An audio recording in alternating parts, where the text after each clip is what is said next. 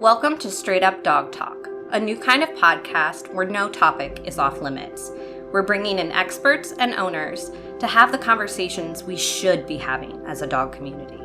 Each week, a new guest will share firsthand experiences, educational resources, or professional guidance to help you learn and grow along with your dog. You won't get one perspective here, you'll get them all, because every dog is different and every owner is too. You can follow along on Instagram, TikTok, and Facebook at Straight Up Dog Talk, or by visiting www.straightupdogtalk.com. Tune in from any of your favorite podcast platforms. This episode is sponsored by Ruger's Rescues. Ruger's Rescues is a 501c3 nonprofit animal rescue organization, but with a different spin than most rescues. First, they specialize in all aspects of prevention. The Ruger's Rescues team routinely visits homeless encampments throughout San Diego and the LA counties. They provide unhoused pet owners with 100% free food, bedding, and supplies for their animals. This ensures that not only will they be able to keep their best friend with them, but it prevents another animal from being abandoned or entering the shelter system. They've also launched the first series of coloring books aimed at early childhood education about cruelty prevention, which has been recently picked up by Barnes & Noble. Second, they screen for private adoption of rescue-only shelter pets, as well as transport euthanasia-listed animals from high-kill shelters for other rescues on an emergency basis. The unique background of Ruger's Rescues founder provides a different insight to the rescue, allowing them to provide services that are greatly needed and generally lacking. In a year and a half, Ruger's Rescues has proudly rescued, helped, and fed nearly 650 best friends. Welcome to Straight Up Dog Talk. Back again this week. I'm Em, and I have a guest with us this week, Jill from Ruger's Rescues. How are you doing tonight, Jill? I'm doing well. Thank you so much for having me on, Emily. Absolutely. I love it when we get to have rescues on because this is such a huge topic always in the community. It doesn't matter if we're in crisis or if we're in a stable period of time. I think that there is so much educationally that we can share about rescues because I think a lot of people just don't know how to get involved. They don't know what goes on behind the scenes. They don't know how the whole process of rescue and taking in dogs to the rescue or the adoption process or any of that goes. I think a lot of people just walk into a rescue and say, oh, I'm here to get a dog or a cat, and they don't really think about all of the stuff that happens behind the scenes. So I really like it when we can have people who are so in deep with the rescue world who can come on and kind of, share a little bit about their experience and their rescue and the kind of programs and things that they offer. And that's why I wanted to have you come here tonight, because I feel like there are so many big, huge rescues out there, but there are even more importantly, a lot of smaller rescues out there. And the work you do is the same, and the work you do is just as important. But I think that awareness on these smaller rescues is so important because you guys don't have the big checks coming in like some of those larger rescues. You don't have the regular volunteers coming in and kind of just really helping people be aware that there are these rescues out there that they can work with that's a little bit more intimate experience and maybe not even necessarily like your situation. There's not necessarily a facility, but so many ways that they can help. So I really would like you to just kind of tell the listeners about the rescue, what your mission is, how it started. But first, let's start with just a little bit about yourself. All right. That sounds good. And, absolutely. I'm excited to talk about the rescue and, thank you for acknowledging some of the hardships that the smaller rescues face. And we have structured our rescue a little bit differently than most. And there is a method to the madness and there's a reason for it. And so far it's proving to be successful. We're excited for the growth for the future. But a little bit about myself. So I'm an attorney in California. I'm about 16 years into practicing. It feels like 16 lifetimes. It's been a long road. I came from the DA's office on the Central Coast of California, and I prosecuted there for quite some time, handled everything almost everything you can think of, everything from animal cruelty cases, which I'll talk about in a little bit, to domestic violence, sexual abuse, child abuse, gang crimes, vehicular manslaughter, drug trafficking, and kind of everything in between. And that there were really 3 triggers that caused Ruger's rescues to be started. Do you want me to go ahead and talk about those? Yeah, go for it. So the first one was in 2017. I was rounding up my time at the DA's office. It was a career that it was the only reason I went to law school. I never thought I would leave for various reasons. It wore on me significantly quicker than expected. Part of that were some safety concerns. Part of that was just kind of the ideology of California when it comes to certain crimes. And it's very hard to really have a passion for that after a certain amount of time here. One of the things that was important when I first got hired there was I told them that I wouldn't handle any animal cruelty cases. Wouldn't do it. Wasn't going to handle any because I couldn't and still can't handle it. I didn't want to see the pictures. I didn't want to read the stories. I've been a lifelong animal rescuer since I was under 10 years old when my parents used to drive me to animal volunteering events throughout LA. So I've always been an animal lover and always been a dog rescuer, but I didn't want to handle animal cruelty cases. I wanted to be a gang prosecutor. I wanted to send people to death. So I made that clear when I started. And for a long time, I actually got away without handling any animal cruelty cases. Here and there were a few misdemeanors that popped in. Misdemeanor under the law. I think all animal cruelty cases are felonies warranted by the death penalty, no matter how minor it may objectively be.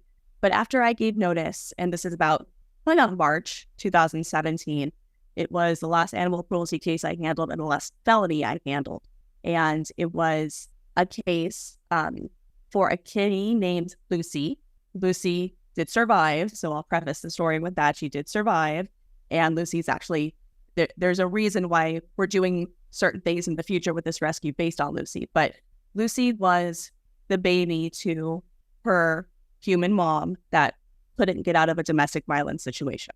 And this is an ongoing theme, in the rescue universe where, many survivors stick around in these horribly abusive situations because there is not a place that they can go that take animals. For example, we're based in San Diego County. There are 0 shelters in San Diego County where a survivor can know that they're safe to leave and they don't have to leave their animal behind. 0 places. So Lucy's mom was an ongoing victim and survivor of domestic violence for quite some time. And as a result, we all know that Lucy also got abused. So the abusive partner in Lucy's case, I don't know if he ever got convicted of domestic violence, but what I do know is that he was charged with felony animal cruelty for allegedly kicking Lucy in the skull with steel toe boots. And it fractured her skull and caused a huge, essentially indentation, almost collapse of her skull. But she survived it, and it was actually, for what it was, a fairly clean injury, but she still had a huge hole in her skull because of him. And so the case got charged, and a lot of the issues with prosecuting animal cruelty cases are the same as prosecuting general abuse and domestic violence cases, where it's a lot of he said, she said. And generally, you will have a victim survivor who maybe will change their story later on because they're afraid of leaving or can't leave for any multitude of reasons. So I got a lot of pushback from my office because this was something that I felt very strongly. It shouldn't matter if Lucy was a cat, a dog, or a child. The fact that her skull had a hole in it as a result of this action should be it, period, right? There shouldn't be any exceptions to what that was because of who she was as a victim.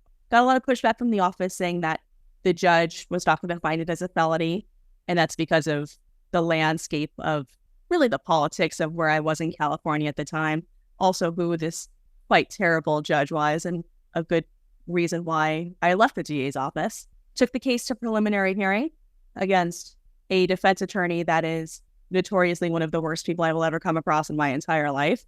I've come across a lot of terrible people, gangsters and people that have had child sex abuse material on their computer. This defense attorney ranks up there with some of the worst people. So I'm going up against a judge and a defense attorney that aren't animal friendly, amongst other issues in the case. And I did the best I could. I had a wonderful investigating officer with me. He's now Lompoc Police Department retired officer Jason Flint. I still talk to him. He was a huge animal proponent and the investigator for all of my animal cases, and a wonderful, wonderful human being. We argued the case. It was a very long hearing. And the preliminary hearing is what you have to do before you can take a felony case, to trial or to plead out, because the court wants to make sure there's enough evidence that it sustains as a felony. So the court, as expected by my office, found it to be a misdemeanor because the judge wasn't an animal person and the defense attorney wasn't an animal person. It didn't matter that her skull had been crushed in by this action. They just cared that she was a cat. And as a result, because she was a cat, Lucy didn't deserve for this to be a felony, and so it was a misdemeanor. And I wasn't really prepared for that to happen. I knew that it was probably going to happen, but emotionally I wasn't prepared for that to happen. It was also a couple of weeks before I ended up leaving. And Officer Flint at the time, he looked at me and we had become friends, and he saw what my eyes looked like, and he's like, oh crap, we have to get her out. Because he knew that the waterworks were going to start. He knew I was going to start crying. And that's exactly what happened. I replay that hearing at least once a week, depending upon what's going on in rescue that week, for the last 7 years. And if hindsight has ever been 20/20, I would go back and do it very, very differently. My view has expanded because of rescue and now knowing more about domestic violence with animal cruelty. And I wish that case would have turned out differently, and I blame myself for it. Luckily, Lucy was okay, and it actually didn't physically affect her. Like I said, it was a very clean injury for what it was. Lucy then left with her mom, but I think that was a habit, and I don't know what has happened to Lucy since. Hopefully, she never had to go back to that home. I like to think that Lucy is still okay, and it's something that was a huge part in Ruger's Rescues being created that I didn't even know at the time. The second part was in 2019, my Ruger passed. It was on January 30th, Ruger passed. It was 10 days after a diagnosis of hemangiosarcoma that was forming in his heart, and it was 10 days before his 7th birthday. And I didn't have it nearly as long as I should have. I actually didn't have him very long at all, but, the idea of the soul dog, right, which I didn't know before then. In Ruger, while I had had dogs before, they were family dogs, Ruger was my first dog. And so he passed within 10 days, and I promised him that his death wasn't going to be in vain. I didn't really know anything about hemangiosarcoma at the time, but I knew that I was going to do something for him. So that was the second factor. Again, kind of unbeknownst to me that this was going to be triggering Ruger's Rescues, right? The third thing was a few months after Ruger passed in 2019, I was contacted by a nonprofit animal rescue sanctuary up on the Central Coast in Santa Barbara County called Shadows Fund. And they are wonderful. They do amazing work, and they still do amazing work. And they take what's on paper, the problem dogs, the dogs that have bites, the dogs that have been confiscated by the court that are going to be put down if they don't have somewhere to go. And they've created this beautiful, beautiful sanctuary, and it's run by some of the best people. So I was actually contacted by them to go drive to San Jose in the middle of a work day. I lied to my boss. It's okay. I left that job. Doesn't matter.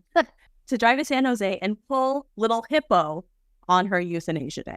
And little Hippo was kind of a stereotypical pity built. Her legs were about 2 inches tall, and she was about 100 pounds, and she was all wobbly, but just the sweetest, happiest girl that you could ever imagine. And we were told she was aggressive and whatever else her history held. But she came out, and she was just this little fat wiggle butt, and she was so happy to be getting out of there. And she sat next to me on the entire drive home on top of the center console, and I had this great picture of her eyes wide, like not realizing that there was a whole world out there where she was safe and she was loved. And I was transporting her actually to her forever home. She had already been adopted, and she didn't even know. And what I didn't realize was that Hippo was rescue only. And this was my first time encountering this, where a dog that is really subjectively totally adoptable. We know that they're nice. We know they're not aggressive, even if they have a bite on their record. Generally, always, there's some reason for that. But, rescue only, right? So that could be health, it could be behavioral, whatever nonsensical reason the shelter wants to label it. And that was my first time coming across that a dog that seemed perfectly sweet and perfectly amazing the shelter was willing to put that animal down if a rescue couldn't step up to come get her. So even though she may have had an individual adopter that was interested in her, she was going to be euthanized because there wasn't a rescue that could come get her. If I wasn't available that day, Hippo wouldn't have made it out. So that really lit the fire of realizing, well, transport, there's a world of transport that's needed in rescue. Because without me, Hippo wouldn't have made it out. And that's so crazy because she had an adopter, but that adopter couldn't go get her because she had whatever her history was, but she was the sweetest girl. And so those three things together triggered Ruger's Rescues, and it sat in my mind for a couple years. And about 2.5 years ago, we submitted all the paperwork on May 4th of 2023. We got our 501c3, and now we've been around for about 1.5 years, and the rest is history. Amazing. You've brought up several things that I think are really important, just to think about, maybe talk a little bit about too. And I'm sure we could probably make several other episodes just based on some of the things that you've talked about. But I think the first thing that I want to address here is the statistical numbers of, people being in abusive relationships and not having a place to go because they have dogs. And, like I personally have been there myself. I've been in a situation like that and, had 2 dogs and not had a place to go. And it is a terrifying feeling because, if the dog has been hurt by the person that's also, being scary or threatening or abusive towards you, that you can't leave your dogs or your cats because it's not a safe environment. And I think that is something that probably a lot of people don't even think about how that factors in. I mean, I'm certain there are so many dogs that are in rescues because someone needed to get out of a dangerous situation and they had nowhere else to take their dog that, would potentially be safer for them than leaving them at the home, or, potentially putting them in a bad situation because they couldn't take the dog or the cat with them. Fortunately, nowadays, there are a lot more pet-friendly hotels. I believe the women's rescue shelter here where I live will actually allow you to have dogs here in Cedar Rapids, which is good. I mean, there's always a time frame on those things, but I think that realizing that victims, do have, they have children, they have pets, they have attachments that you need to be aware of those kinds of things. And it's really sad that people can't get out of terrible situations because they are not just trying to save themselves, but they're trying to save their pets and their kids too. And so I think I love that is part of the fuel to your fire, because that's such a hard topic and that's such a rough situation to be put in. So I think that it's something that's important that people understand, like this is happening. This is part of the reason animals end up in shelters, and this is part of the reason that, animal cruelty and abuse cases need to really be taken a better look at. And in my opinion, I kind of agree with you. I don't think that any animal abuse cases should be misdemeanors, because, how do you justify hurting an animal that literally has no source of retaliation or understanding of what is happening to them? It just breaks my heart that people think that it's, okay to do that. And then I think that, making your promise to your soul dog, right? Like I did the same thing, I didn't have the same exact experience. It wasn't cancer. It was a hip dysplasia, disorder disease that my dog got. It was a congenital joint situation, and he was starting to not be able to walk and couldn't get up and down stairs, and he was falling. He was only 9. And I mean, that's very young for an adult dog to lose them. And it was also very quick. It also happened very quickly. And when you lose them like that, it's so much more tragic. And I remember, saying the same thing, that this is not in vain. Like something will come of this. And now here we are with the podcast and dog training. So I love when people can turn like that love and that passion and that, like that fervor into something that is so positive for other people. And, last but not least, transport. Like that is a huge, huge part of rescue. I know we've talked about it a couple of times on other episodes, but I don't think that people realize how much transport is an issue. We've had people on where they've had dogs moved all the way from Alabama to Boston. We've had people who've adopted or rescued Malinois from down, I think, in Mexico and taken to New Jersey. And getting those things lined up, it's really, you have to know somebody that knows somebody. Otherwise, you're not going to be able to get those long transports in. So I think that, any information that we can share about how transport works, how we get people involved in that, and how to, even like eventually someday, I think that would be something that I would love to do. I would love to do the long transports and just drive back and forth across the United States and move animals to their forever homes or to rescues that have room for them or whatever the case may be. So I think that those were really three big, huge inspirational points. All very triggering and all very emotional things. And I love that you have created this outlet to honor and memorialize Ruger in a way that is, exceptional and helps other dogs. So why don't you explain a little bit about your unconventional rescue that you have going on here? Sure. And I just want to say as kind of a conclusion point to what you had mentioned before, right? About 30% of women have suffered some type of physical abuse in a relationship. And when you add emotional and mental on top of that, the numbers are quite staggering. But just over a quarter of those situations, women stay in because they have an AM.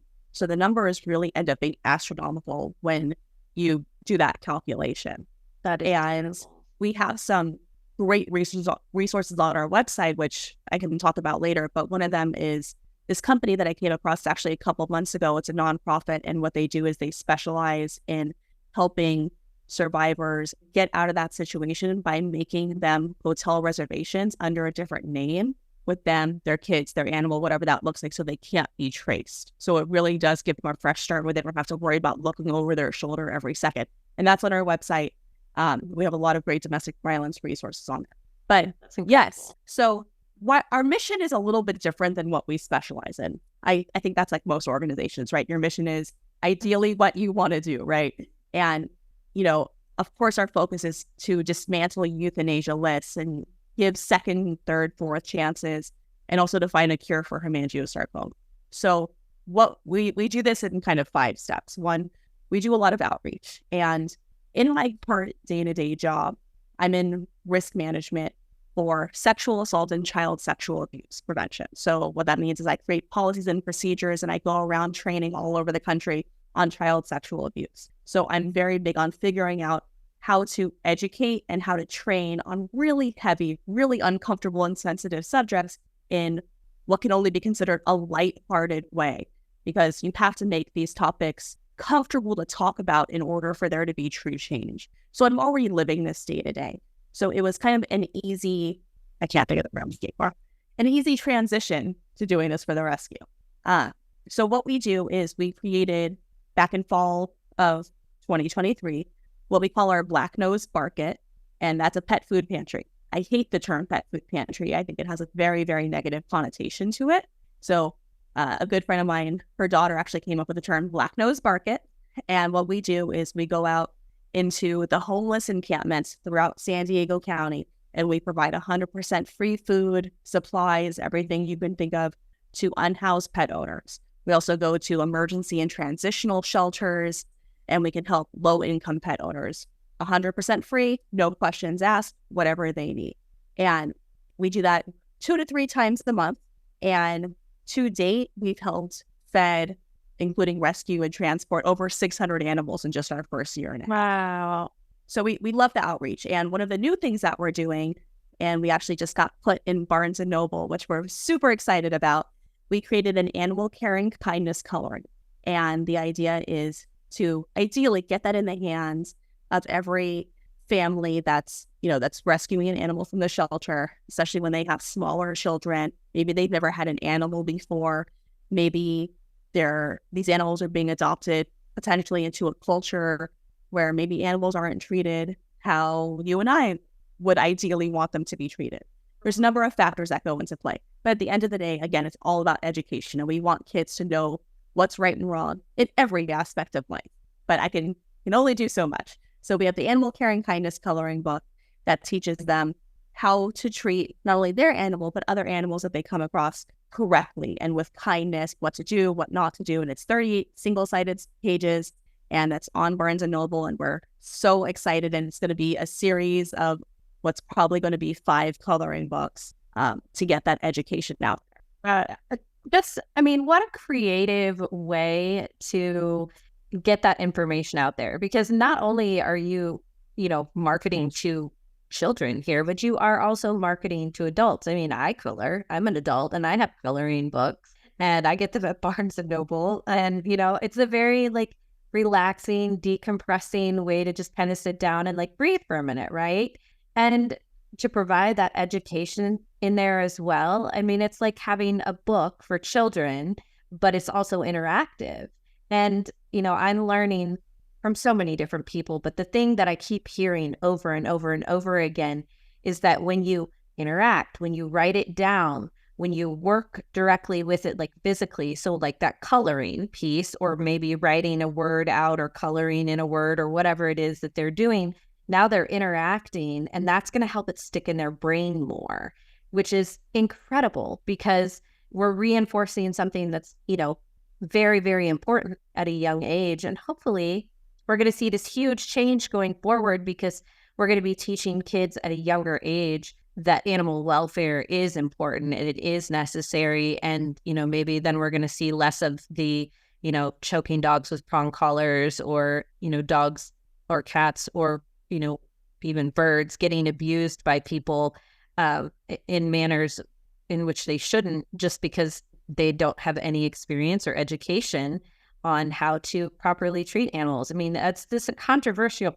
topic all the time with little kids, and how many videos we see on social media of, a little kid pulling a dog's tail or pulling a dog's ears, or a kid getting kicked over by a dog that's had too much. And then, people laughing and thinking that it's funny when really that kid is in danger and the parent isn't doing anything about it. And then later on, the dog gets blamed and taken to the shelter.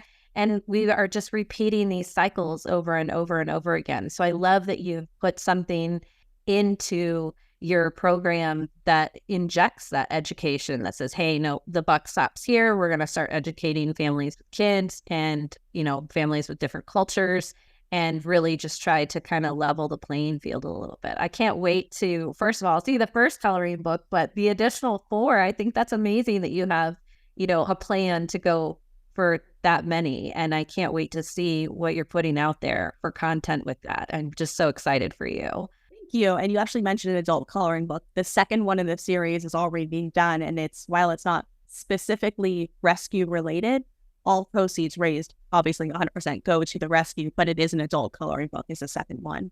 And, I guess I didn't really explain how we're built, but so we're based in southern San Diego. San Diego County is the most expensive county in the entire country. We're beating the Bay Area, we're beating Manhattan, we're beating the entire country. And so it's not always doable to have 5, 10, 15 acres that you can build kennels. But so knowing that doesn't mean that you can't make an immediate difference, right? I always knew that there was ways that we could make an immediate difference, that we could fill holes for needs that weren't being serviced. And just because we weren't able to pull dogs on a day-to-day basis doesn't mean that there's not a whole world of animals out there that need help, right? There's a large homeless population where these animals aren't being taken care of. And yes, the Humane Society will hand out free food every day, but you have to get there. And if these people, for any number of reasons, can't get there, their animal is suffering. And these are needs that are not being filled in the community, but are just as important as pulling animals, because sometimes there are things worse than death. And that might be a controversial thing to say, but coming from being a prosecutor before and seeing what I've seen, and especially the last year and a half of having a rescue, sometimes horrific ongoing abuse and neglect, there are things that can be worse than death. And I'll stand by that statement. So we're trying to do what we can, the little bit that we can. The second part, like you had mentioned before, is the emergency transport. So transporting euthanasia-listed animals from high-kill shelters in California, which is basically every shelter in California, mostly for rescues, with that idea of Hippo in mind for what we did for her in 2019. And that could be taking them to a previously approved foster or a doctor or just a sanctuary that rescue already has, where that animal wouldn't have made it out that day if they didn't have transport available. We can also screen for private adoptions. We have a very lengthy screening process. If there's an individual adopter who wants a rescue-only dog, again, really the basis of what Ruger's Rescues was built on, so I can absolutely do that. We do a lot of donations also to the canine cancer research for hemangiosarcoma initiative. It's the American Kennel Club canine cancer research. And yes, it's the American Kennel Club. However, they do have the largest hemangiosarcoma research initiative in the country. And so we routinely donate to them.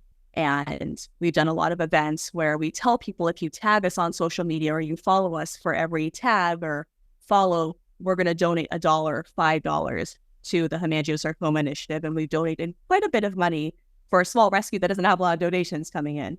And the other thing that we've done this past year is I partnered with a wonderful woman in the UK. Her name is Jasmine, and she runs Casper's Corner, and everyone should go follow her and buy her baked goods. But we partnered with her when the UK bully ban happened at the beginning of January. And we went and paid for and filed 53 certificates of exemption, her and I. She screened everybody to make sure they were legit. It was a very, very in-depth, stressful, quick process. We raised a lot of money. We personally donated money, and 53 dogs were saved by January 31st as a result of my partnership with her, and she's wonderful. Since then, we've helped about a dozen dogs with their neutering costs, because that's the second part. If those dogs aren't neutered by the end of June, then it doesn't matter if we file the certificate of exemption. They're still going to be taken, and they're still going to be put to sleep. So, and those costs are actually about 4 to 5 times more than the certificate cost was. So we've helped about a dozen dogs get neutered, so their owners don't have to worry about them. So that's a huge thing that we did. Sorry, go ahead. No, I think that's amazing that you're doing that and that you're still active in that, because they need help over there.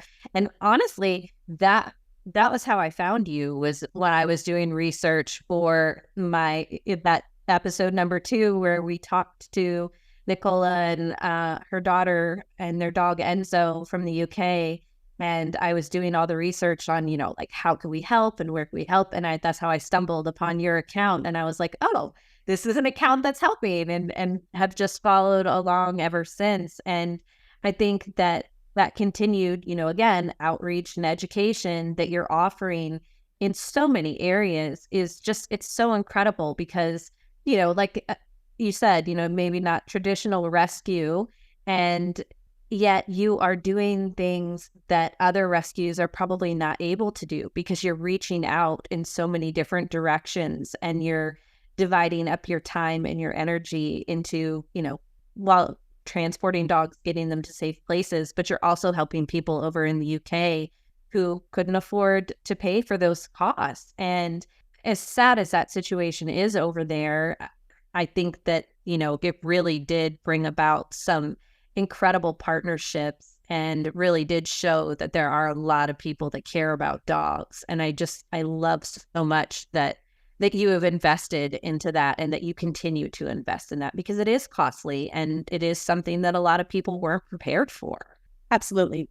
What, the currency conversion obviously has changed in the last 6 months, but filing the certificates was roughly between $120 to $130 US. The neuters are like between $400 and $600. And so we're only able to donate $100 100 pounds, which is about $130 right now. But it really adds up. And, we're still trying to do what we can, and we'll continue through the end of the year, because puppies of a certain age have until the end of the year to get neutered. So we'll continue doing what we can, and, really just trying to get out there, right? It's a very boots on the ground, very grassroots, and with helping a lot of people that really wouldn't have had that help otherwise. And we love that about our app. Yeah. And I mean, it's so many things that you do, like I said, you're doing this education for kids. You're helping people in the UK with costs and education. And you're also, as you said, Black Nose Market. Is that what you called it? The Black Nose Market. Market. Okay. I was like, that is such a cute idea, because you are involving parts of the community that are, like you said, they're suffering in a way. There's a need, and they need help. They need that fulfilled. And by giving them an option to make sure that they're fed, that their dogs are fed, that's just, I don't know. I can't tell you. There was so many times when I lived in Florida that I saw homeless people that had dogs. And, there was a gentleman that actually lived in a shut down car wash that was right by where I used to work. And I always, like, once a week, I took him a bag of dog food, and I took him some cheeseburgers for him. And he would sit there and eat the cheeseburgers with his dog, and, have the dog food for him. And there's not programs out there for people like that. And I mean, this is a whole controversial topic too, is that, homeless people having dogs they shouldn't, and that's not fair, and they can't pay for, vaccines and yada, yada, yada. But I mean, that's what some of those free clinics are out there for, is for people who are in those situations that need to get those rabies shots, or need to have the spay and neuter done because they're living on the streets and they just don't have another option. So I think that instead of saying, we can't, we shouldn't, finding ways to say, we can provide this, we can help you with that, let us pay for this, is such a more positive and, prosperous and happy situation than it is if we're just negative about the situation all the time. Because here's the truth of the matter is, we're not going to be able to say, you can't have a dog. You can't live on the street and have a dog. You can't, take your dog to a hotel to get out of an abusive relationship. You can't, have a dog because you have kids. We can't set all of these crazy rules with expectations that people are going to follow through with them, because people can't follow normal rules on a regular basis anyway, right? So if we make things more complicated, all we're doing is causing more problems. So instead, you're over here putting out solutions. And I love that, because when we have solutions in our community, the community works so much better together when we have solutions for each other than it does when we're just pitting against each other, fighting about training options, or fighting about whether or not you should spay or neuter, or fighting about whether or not you should adopt, or can you, buy from a breeder. And all of these arguments, they're all irrelevant. What it comes down to is the dog taken care of? Is the dog loved? Is the dog safe? Is the family safe? And is everything, financially stable in these situations? And, most of the time, the answers are mixed on those questions. And I think that having a resource like you is so important, because now I can say, oh, you need information on domestic abuse and how to get out of this situation, and here's some resources on that. Or, oh, you want to educate your child on this new puppy that you're bringing into your home? Oh, we have a coloring book for that. And, and specifically in your area, having the opportunity for there to be food and well-being in general.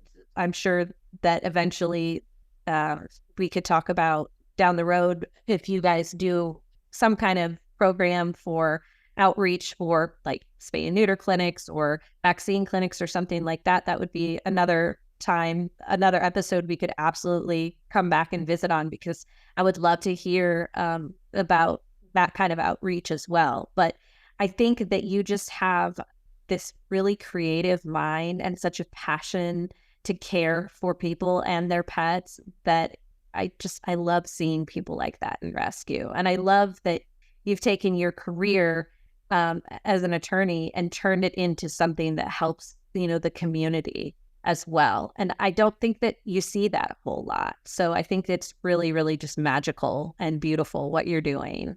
Thank you. I really appreciate that. On a fundamental level, I'll say that the last year and a half has been hands down the hardest year and a half of my entire life. I've done a lot of really difficult things in my career. Having a rescue and seeing the day in and day out that people don't realize, and honestly, most people should never see, has been the toughest thing I've ever done. But at a fundamental level, you have to realize two things. One, as much as I try and will always try, you can't save them all. Mm-hmm. So that hands in hand with the idea of, if you treat people, whether they're low income, unhoused, in emergency or transitional housing, whatever that looks like for them, if you meet them where they are and you treat them as a human being, they can be on drugs, they can have mental health issues, whatever that is. If you treat them like a human being, then in theory, and you can only hope, that providing the pet owner with water and food for them and an extra blanket for the owner will result in them also treating their animal in a way that you hope that that animal will be treated, right? So everything that we hand out for the animals, we also hand out snacks, socks, clothing to the extent that we have it, food for the pet owner too, blankets. We also hand that out to them because we want, one, they should have that, but we also want to make sure that they feel respected and that respect is then passed down to their animal. Which, I mean, I think that unfortunately in a lot of today's society, we don't just have general respect for each other. And so I think that making sure that that extra effort is put out there, that something that I want to do eventually is start going to shelters around the United States and volunteering training time with dogs and shelters, because preparing those dogs, getting them, better adoptable because they're in a better place behaviorally, it helps them find homes and then make space for the new dogs and, less dogs on euthanasia lists. And that's something that I think would be really incredible to do.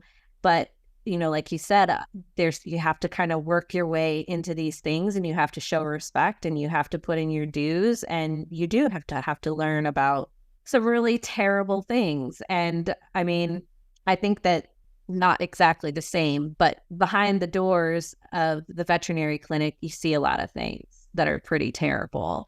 Like behind the courtroom doors, you see a lot of things that are pretty terrible.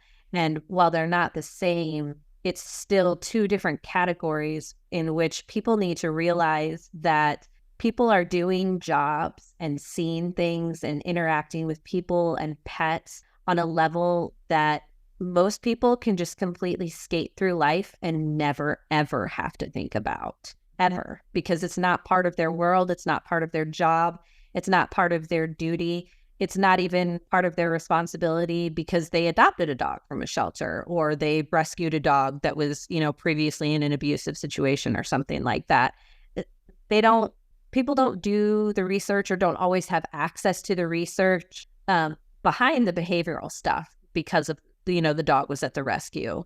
And I think that if more people went into these situations with just a little bit more openness and a little bit more kindness in their hearts, we would see a lot more positive results versus dogs getting returned over and over and over again. Because, like you said, showing that little teeny bit of understanding and meeting them where they're at, you can just build such better relationships and create such stronger bonds. And you see such a massive change in the animal's behavior that I don't think that people, one, put enough time in or give enough of a chance. And they have these expectations and they just want things to be the way that they want them to be right away, where they need to step back and, take those steps and put in the work. So I think that what you're doing to, kind of bring all of these things full circle is it really is very cool, Jill. I think that there are not a lot of people who are like, okay, let me put 5 spoons in 5 different pots and I'm going to stir all of them simultaneously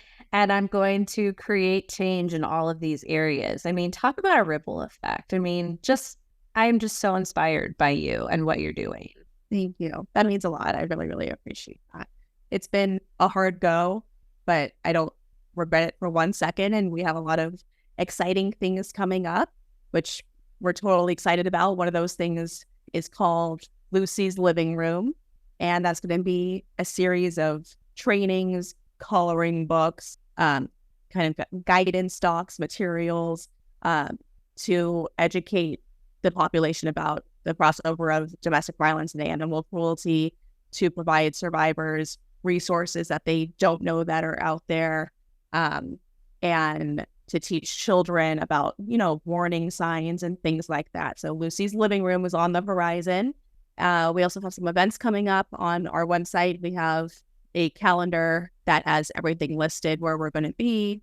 And on our socials, we always put, if we have a pop-up black nose market, because sometimes we just have a little bit of a wild hair and I have some flexibility in my job. And I'm very, very lucky that I've been able to go out and kind of do things during the week at a time when most people can't.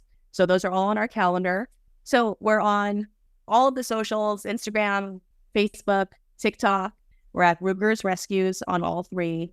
There's an S at the end of Ruger, an S at the end of Rescues, because the idea is that, yes, it's a rescue, but the rescues refers to actually the individual animals that we've helped. They are all Ruger's Rescues.